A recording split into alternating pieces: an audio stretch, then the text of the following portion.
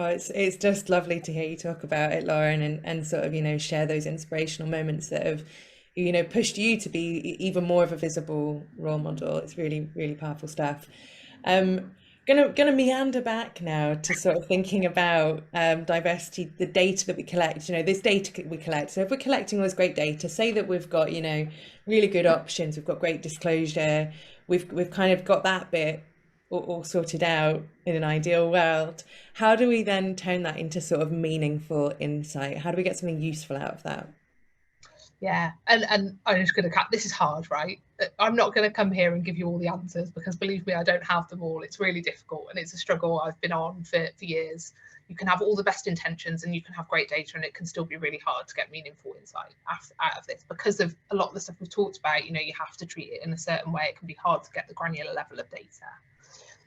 But I think the important thing is to get the right skills, the right people that can do the right things with the data, really seek to understand the data and treat it as a whole. So, we talk a lot about these diversity inclusion boxes almost, so disability, sexuality, gender, ethnicity. But actually, you have to look at it as a holistic picture because they all interact with each other. Intersectionality is so important as well. I talked about at the front, I'm a woman who also happens to be disabled and part of the LGBT community.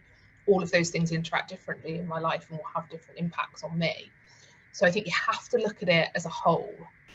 And I think we've had a tendency with some of the focuses we've had, particularly on gender and ethnicity, to really look short term at the immediate focus. Where are the things we can do? What can we do right now to try and drive better inclusion, diversity? And that's great, and you need that, but you need to look at the bigger picture and the longer term elements as well. So a lot of the times when I go and talk to people about I&D data, I say it's great what you've done, getting more people, more women into senior roles. We've seen great progress, but actually you've kind of done that now. And if you don't do something back here right at the start, even though you might not see the benefits for 10 to 20 years, you're going to come up short again. You're not going to fix the long-term problem. And I think for me, particularly, that's passion as a woman in tech, because we know that we don't have enough women in tech coming through the pipeline. But it's for all of those different avenues. Accessibility by design, as I said. Think about what is the root cause of the problem. How are we going to fix it to have more representation, and then be transparent about the fact that that might then take us longer than we'd hoped, but we're going to get there and we're going to do it the right way. Yeah, it's a really important point.